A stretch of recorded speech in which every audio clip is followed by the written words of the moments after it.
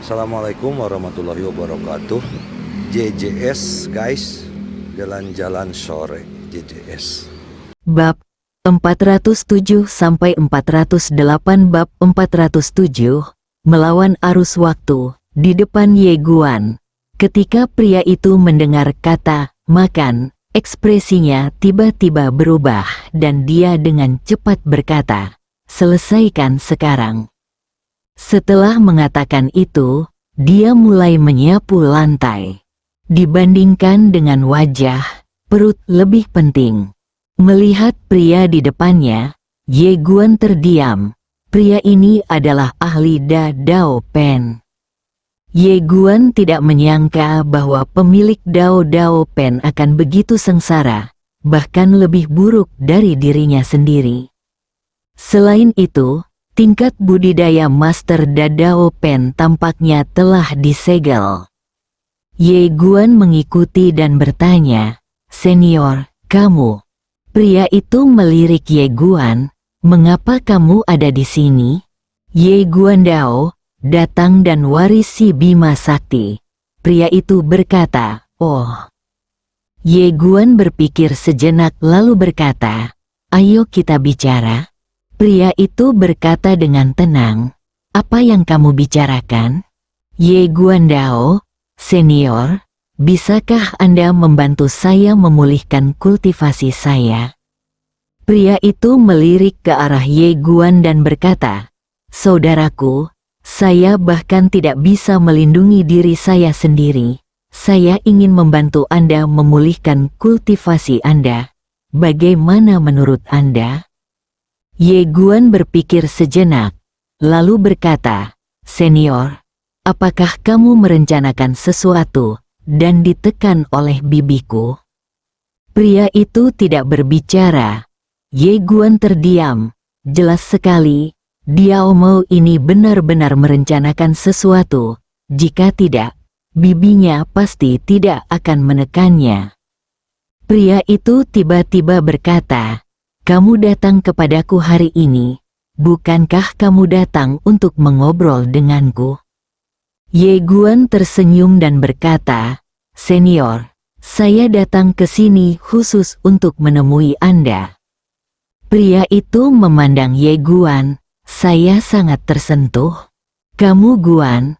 Pria itu melambaikan tangannya, "Ayo kita bicara." Ye Guan mengangguk, "Aku ingin meminjam beberapa harta darimu." Pria itu langsung berkata, "Tidak, Ye Guan Dao, Eria dan Xiao Bai bilang kamu memilikinya." Mulut pria itu bergerak sedikit. Brengsek. Ye Guan melanjutkan, "Senior, saya tidak ingin lebih, pinjamkan saja saya 10 harta, dan saya pasti akan mengembalikannya ketika saatnya tiba." Pria itu melirik ke arah Ye Guan dan berkata dengan marah, "Keluarga Yu yang tidak pernah mengembalikan apapun yang kamu pinjam, tidak akan pernah." Ye Guan terdiam dan menghela nafas dalam hatinya. Ayah dan kakek telah benar-benar merusak karakter mereka. Pria itu tiba-tiba berkata, "Ilmu pedangmu telah meningkat pesat." Ye Guan mengangguk, "Ya, tapi ada kekuatan misterius yang menekanku. Aku meragukanmu." Pria itu menghela nafas sedikit, "Hidupku sangat sulit." Ye Guan terdiam, "Itu tidak ada hubungannya denganku kalau kamu mengalami kesulitan." Pria itu terus menyapu lantai dan tidak berkata apa-apa lagi. Ye Guan Dao, "Senior, saya ingin menanyakan sesuatu padamu." Pria itu berkata, "Tanyakan, namun, saya tidak menjamin bahwa saya akan menjawab Anda." Ye Guan mengangguk, "Kamu kenal Kaisar Abadi, kan?" Pria itu mengangguk, "Orang bodoh yang tidak punya otak." Ye Guan bertanya, "Sebelum peradaban abadi, apakah ada peradaban lain?" Pria itu meletakkan sapunya dan berkata, "Tahukah kamu berapa umur bintang biru ini?" Ye Guan menggelengkan kepalanya. dia sama sekali tidak mengenal tempat ini. Pria itu memandang Ye Guan, 45 miliar tahun, bintang biru ini telah ada selama 4,5 miliar tahun, dan peradaban manusia hanya ada di bintang biru ini kurang dari 7.000 tahun. Ye Guan sedikit mengernyit. Pria itu melanjutkan, Bima Sakti telah ada selama 13,5 miliar tahun.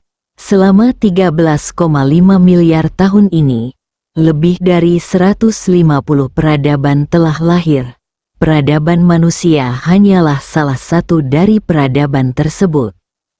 Saat dia mengatakan itu, dia melirik ke arah Ye Guan dan berkata, mengenai berapa miliar tahun alam semesta Guangxuan dan alam semesta sejati telah ada, saya tidak tahu betul.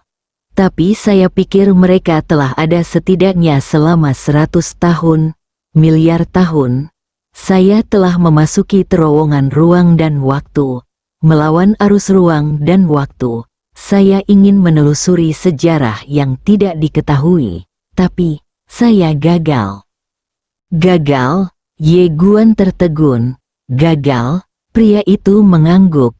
Saya kembali ke 50 miliar tahun yang lalu dan dihalangi oleh kekuatan misterius. Saya tidak dapat lagi mengalir kembali dalam ruang dan waktu. Ye Guan sedikit penasaran. Kekuatan apa? Pria itu menggelengkan kepalanya sedikit. Kekuatan yang belum pernah saya lihat sebelumnya. Saya telah melawannya. Kekuatan pihak lain sangat istimewa. Ye Guan berkata dengan suara yang dalam, Senior, secara logika, mereka semua ada di masa lalu dan sejarah. Bukankah seharusnya mereka menghilang? Pria itu mengangguk. Ini adalah situasi normal. Tetapi ada beberapa makhluk khusus yang dapat menggunakan beberapa metode untuk menjaga diri mereka tetap hidup.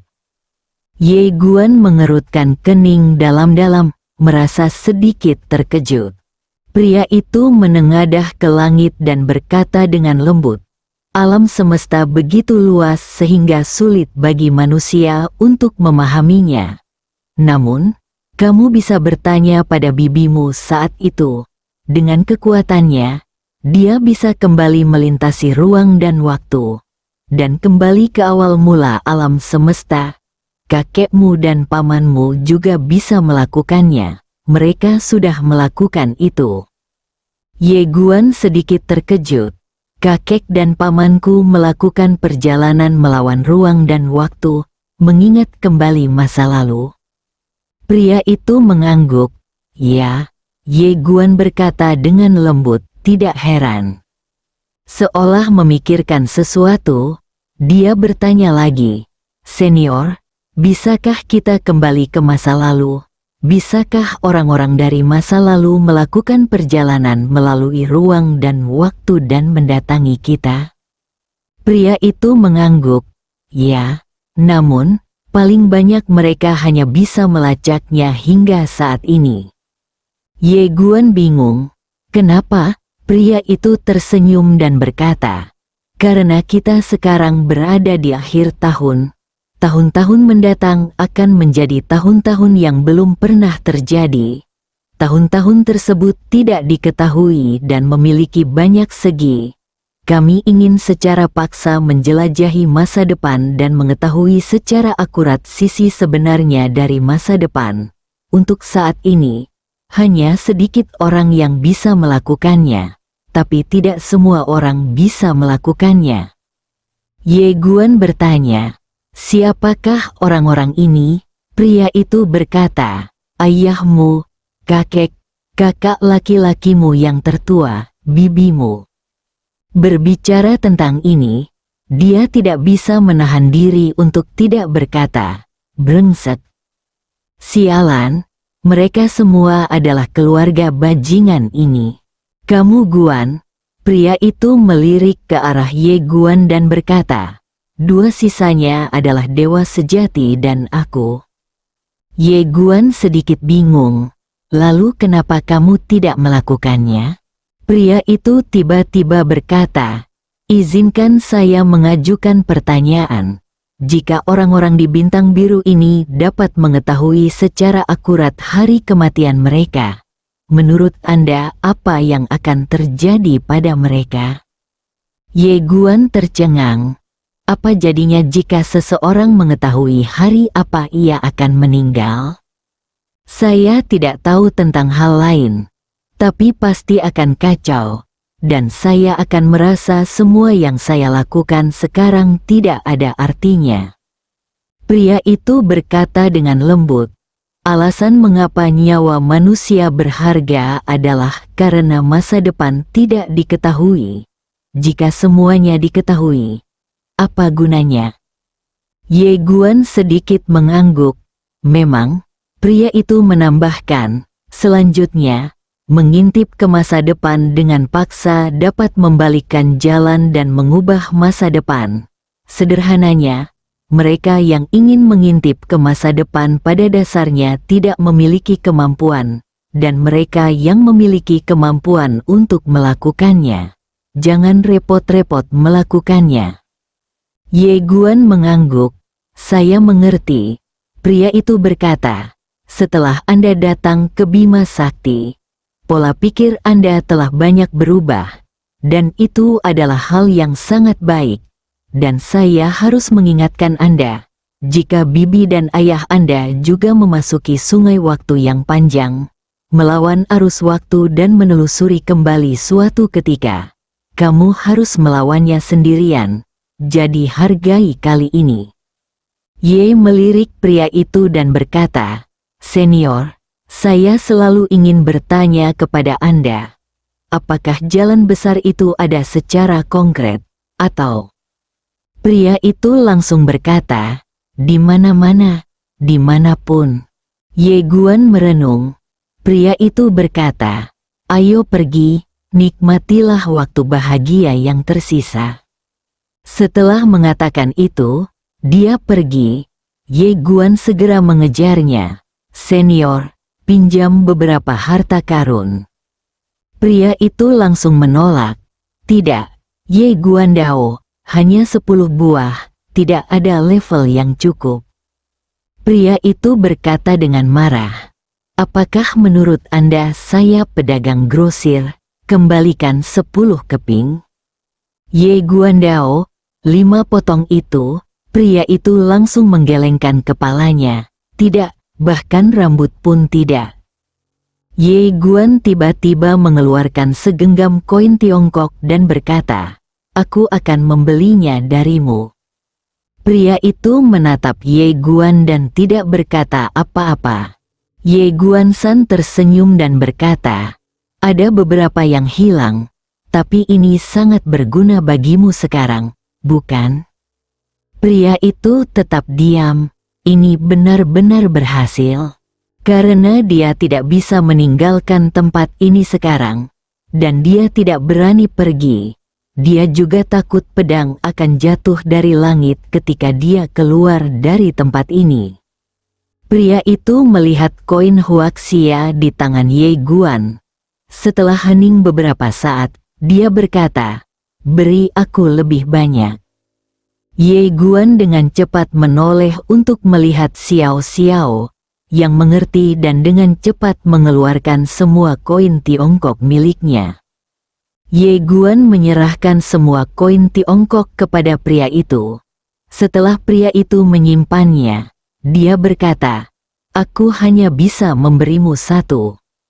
Dia sebenarnya sedikit tidak berdaya, mengetahui bahwa hanya sedikit orang yang menekannya di sini, dan tidak mungkin beberapa orang itu memberinya uang, dan dia tidak bisa keluar. Sungguh membuat frustrasi. 1 potong. Ye Guan tiba-tiba ragu-ragu. Pria itu berkata dengan marah, apakah kamu tidak puas? Ye Guan San tersenyum dan berkata, hanya 1 potong. Pria itu memelototi Ye Guan, lalu berkata, apa yang kamu inginkan? Ye Guan berpikir sejenak lalu berkata, ini untuk wanita itu. Wanita, pria itu berpikir sejenak, lalu membuka telapak tangannya, dan sebuah batu seukuran ibu jari muncul di depan Ye Guan. Batu itu berwarna-warni, penuh cahaya, dan tampak sangat indah. Ye Guan sedikit penasaran. "Senior, apa ini?" Pria itu berkata dengan tenang. "Salah satu dari 10 artefak terbaik Tiongkok, batu Nuwa, secara otomatis dapat menyerap kekuatan bintang di langit dan bumi. Dengan itu, Anda dapat menghindari segala kejahatan, menjaga penampilan Anda selamanya, dan hidup selamanya." Ye Guan bertanya, "Level berapa?" Pria itu berkata dengan marah, "Kamu peduli pada level berapa? Kamu mau atau tidak?" Ye Guan dengan cepat berkata, "Saya menginginkannya." Setelah mengatakan itu, dia mengambil batu itu dan sepertinya memikirkan sesuatu. Dia bertanya lagi, "Senior, bisakah kamu membantuku membuat kalung?" Pria itu langsung marah. Dan saat ini, Ye Guan dengan cepat berkata, "Saya akan menambahkan lebih banyak uang." Setelah terdiam beberapa saat, pria itu berkata, "Oke." Saat dia berbicara, dia mengeluarkan rantai perak dan meraba-raba sebentar, dan segera, sebuah kalung dibuat. Melihat kalung ini, mata Xiao Xiao tiba-tiba berbinar. Dan saya harus mengatakan bahwa dia tersentuh. Dia tidak tahu fungsinya, tapi dia tahu kalau kalung ini sangat indah. Ye Guan dengan lembut menyentuh rantai itu. "Senior, apa ini?" Pria itu berkata dengan tenang, "Rantai bintang terbuat dari kekuatan bintang. Seperti batu Nuwa, ia memiliki fungsi menyerap kekuatan bintang secara otomatis. Ketika orang biasa memakainya, mereka dilindungi oleh kekuatan bintang-bintang. Kekuatan dunia ini tidak ada sama sekali. Tidak mungkin untuk menyakitinya. Tentu saja, itu tidak diaktifkan sekarang, dan kekuatan bintang-bintang sangat lemah juga akan menjadi artefak tertinggi." Ye Guan sedikit mengangguk, "Oke." Karena itu, dia dengan hati-hati menyimpannya. Benda ini tidak hanya cantik, tapi juga sangat praktis untuk digunakan Suzy sekarang. Pria itu melirik Ye Guan, lalu berkata, "Bantu aku." Ye Guan bertanya, "Kamu sedang sibuk apa?" Pria itu berkata dengan serius, "Tolong bantu saya meminta bibimu untuk memperbesar area penyegelan. Saya tidak tahan dikurung di sini setiap hari. Saya juga ingin keluar sebentar. Saya sudah lama tidak mencuci kaki, waktu. Bab 408, Membangun Ketertiban dan Menstabilkan Dunia. Mendengar perkataan Master Dao Daobi, Ye Guan mengungkapkan simpati yang mendalam, maka dia berkata, "Saya akan pergi ke Yanjing. Jika saya bertemu bibi saya akan menyampaikan permintaan Anda kepadanya. Namun, saya tidak dapat menjamin bahwa dia tidak akan melakukannya. Akan mendengarkanku." Pria itu sedikit mengangguk, "Terima kasih banyak." Ye Guan tersenyum dan berkata, "Senior, kalau begitu aku akan mengucapkan selamat tinggal." Pria itu mengangguk, "Selamat tinggal." Ye Guan hendak pergi, tapi sepertinya memikirkan sesuatu. Dia tiba-tiba bertanya, "Apakah dewa sejati benar-benar ada di Blue Star?" Pria itu berkata, "Yaitu di Yanjing." "Yanjing." Ye Guan terdiam. Pria itu melirik ke arah Ye Guan dan berkata, "Dia tidak tertarik padamu, dia hanya tertarik menjual buku, dan bukunya harusnya sudah selesai. Setelah selesai menulis, dia akan pergi dari sini sepenuhnya." Ye Guan sedikit mengernyit. "Pergi dari sini?" Pria itu mengangguk, keluar dari sini. Ye Guan ingin menanyakan hal lain, tetapi pria itu berkata, ayo pergi. Kamu sendiri tidak punya banyak waktu. Setelah mengatakan itu, dia berbalik dan pergi. Di tempat, Ye Guan terdiam lama, lalu berbalik dan pergi bersama Xiao Xiao. Melihat Ye dan Guan pergi, pria itu terdiam lama, lalu berkata dengan lembut, bencana alam semesta akan datang, dan orang-orang yang melawan arus waktu siap untuk bergerak. Jika Anda benar-benar bisa menekan semua ini, dan memperlakukan semua makhluk hidup dengan baik, perintah Jian, kendalikan dunia, bukan tidak mungkin bagi saya untuk membantu Anda. Saat dia mengatakan itu, dia melihat ke atas ke langit, matanya penuh dengan ketidakberdayaan. Beberapa orang itu tidak terkalahkan, tetapi mereka semua adalah dewa, dan sisa umat manusia hanya menargetkan beberapa orang. Nasib semua makhluk hidup tidak bisa diserahkan kepada mereka yang sepenuhnya ilahi, karena jika salah satu pikirannya salah, semua makhluk hidup bisa binasa. Dia sedang menunggu seseorang yang telah mengembangkan kemanusiaannya hingga menjadi tak terkalahkan. Adapun Ye Guan, apakah dia masih bisa mempertahankan kemanusiaannya dan menekan kekuatan sucinya ketika dia tidak terkalahkan bergantung pada perjalanannya ke galaksi. Dia ingin Ye Guan mempertahankan kemanusiaannya, tapi orang itu tidak ingin dia ikut campur.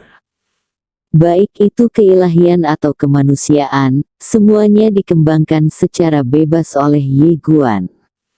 Inilah sebabnya dia ditekan. Untungnya orang itu tidak sepenuhnya menghalangi jalan Ye Guan menuju kemanusiaan, jika tidak, dia tidak akan diizinkan datang ke Bima Sakti.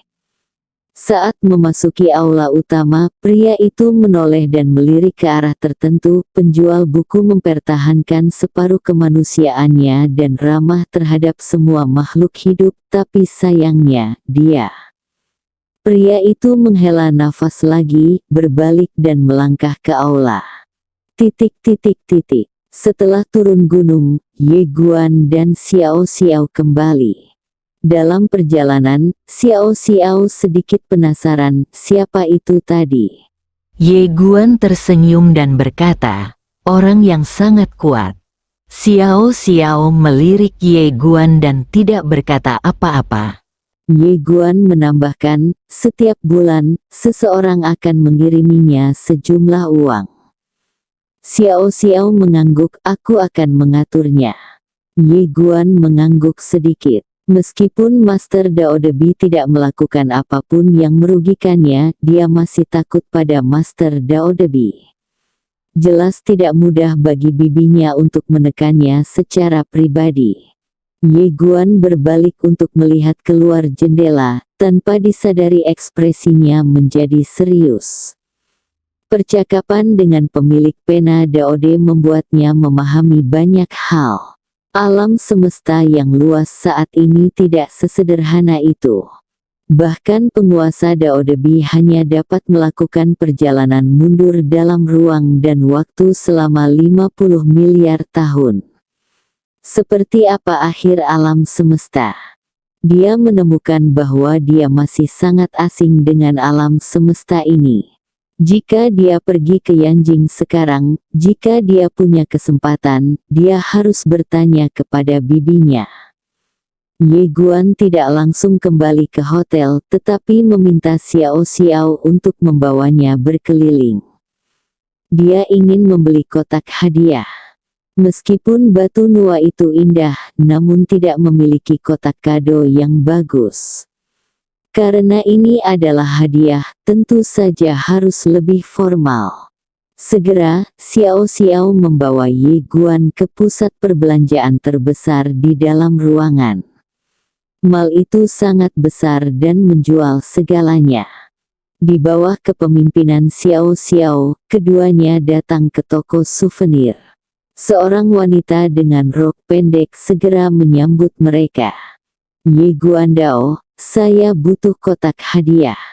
Wanita itu bertanya, Tuan, kotak hadiah apa?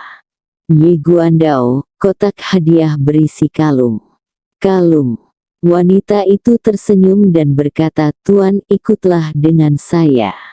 Saat dia mengatakan itu, dia membawa Ye Guan ke rak di dekatnya. Rak itu berisi berbagai kotak hadiah, semuanya sangat indah.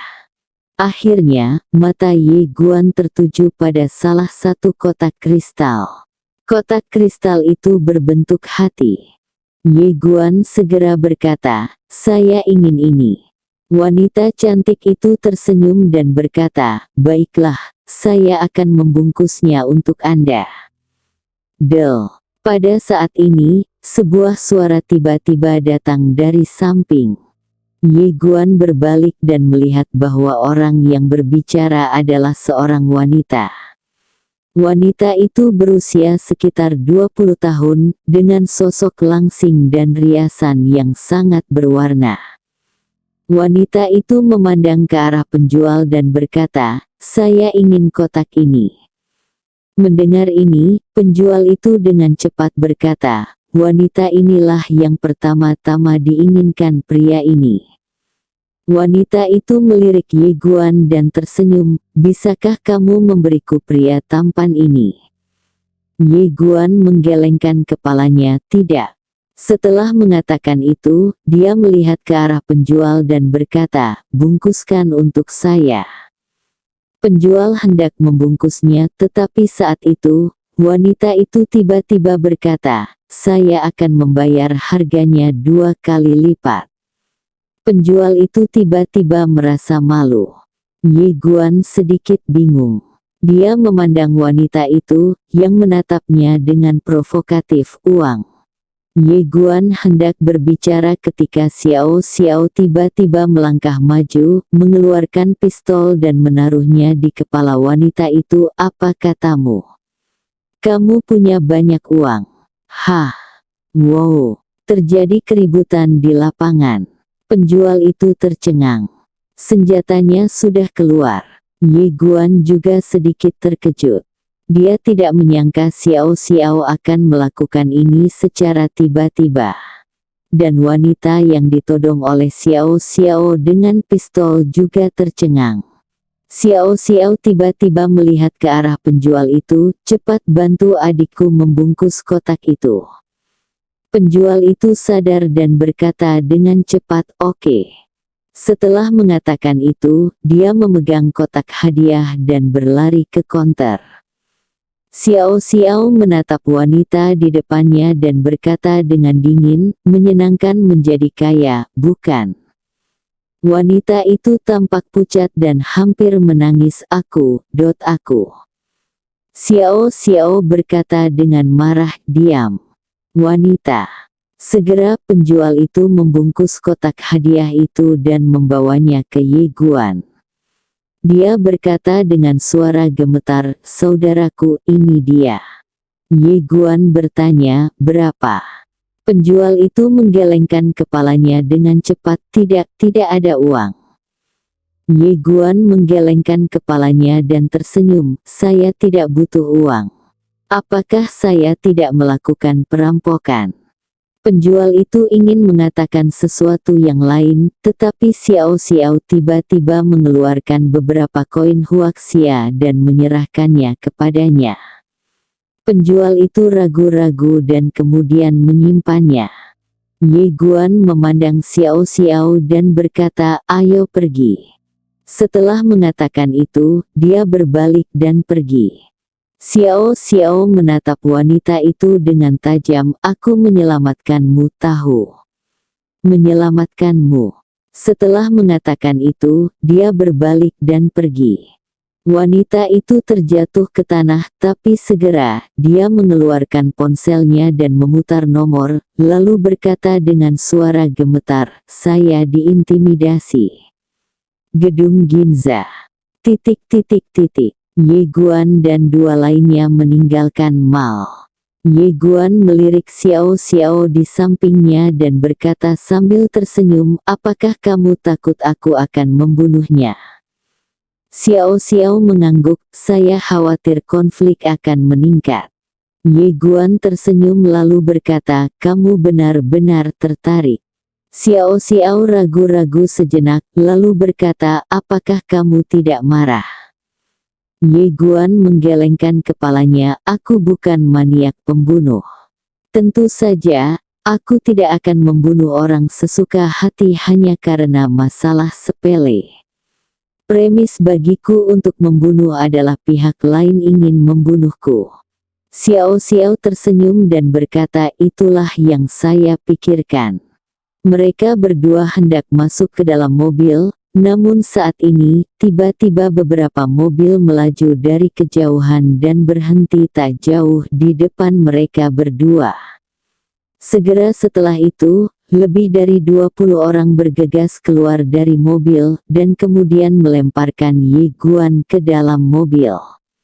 Dia menghentikannya bersama Xiao Xiao. Melihat adegan ini, Ye Guan mengerutkan kening. Dia menoleh untuk melihat wajah Xiao Xiao yang dingin. Dia berbalik dan melihat bahwa wanita sebelumnya telah mengikuti. Beranikah kamu menodongkan pistol ke arahku? Tahukah kamu siapa aku dari keluarga Wang? Xiao Xiao tiba-tiba mengeluarkan senjatanya dan menarik pelatuknya. Ledakan. Wanita itu tertembak di lutut, menjerit, dan jatuh berlutut. Melihat Xiao Xiao berani menembak di siang hari bolong, orang-orang di sekitar Ye Guan tercengang. Sangat kejam. Pada saat ini, Xiao Xiao tiba-tiba berbalik dan menembak berulang kali, lebih dari 20 orang terjatuh. Untuk sementara waktu ada teriakan terus-menerus di lapangan. Xiao Xiao tiba-tiba menghampiri wanita itu dan menatapnya, apa yang baru saja kamu memarahiku? Wanita itu memandang Xiao Xiao dengan ketakutan di wajahnya, kamu. Xiao Xiao menatap wanita itu, tanpa ekspresi, minta maaf. Wanita itu dengan cepat berkata, maaf. Xiao Xiao tiba-tiba mengarahkan pistolnya ke antara alis wanita itu dan menarik pelatuknya. Ledakan. Wanita itu langsung terjatuh, darah berceceran. Xiao Xiao meletakkan senjatanya dan berkata dengan dingin, saya tidak menerima permintaan maaf Anda. Wanita. Setelah mengatakan itu, dia berbalik dan berjalan ke arah Ye Guan, ayo pergi. Seseorang akan menanganinya nanti. Ye Guan mengangguk dan masuk ke mobil bersama Xiao Xiao. Setelah mobil dinyalakan, Ye melirik ke arah Xiao Xiao dan berkata, kamu bisa membunuh orang sesuka hati? Xiao Xiao berkata dengan tenang, dalam keadaan normal, tidak, tapi saya bisa. Ye Guan bertanya, apakah ada seseorang di belakangmu? Xiao Xiao melirik Ye Guan dan mengangguk, saya datang dari Yanjing. Saya datang ke sini untuk mendapatkan pengalaman. Secara umum ada orang yang membantu saya.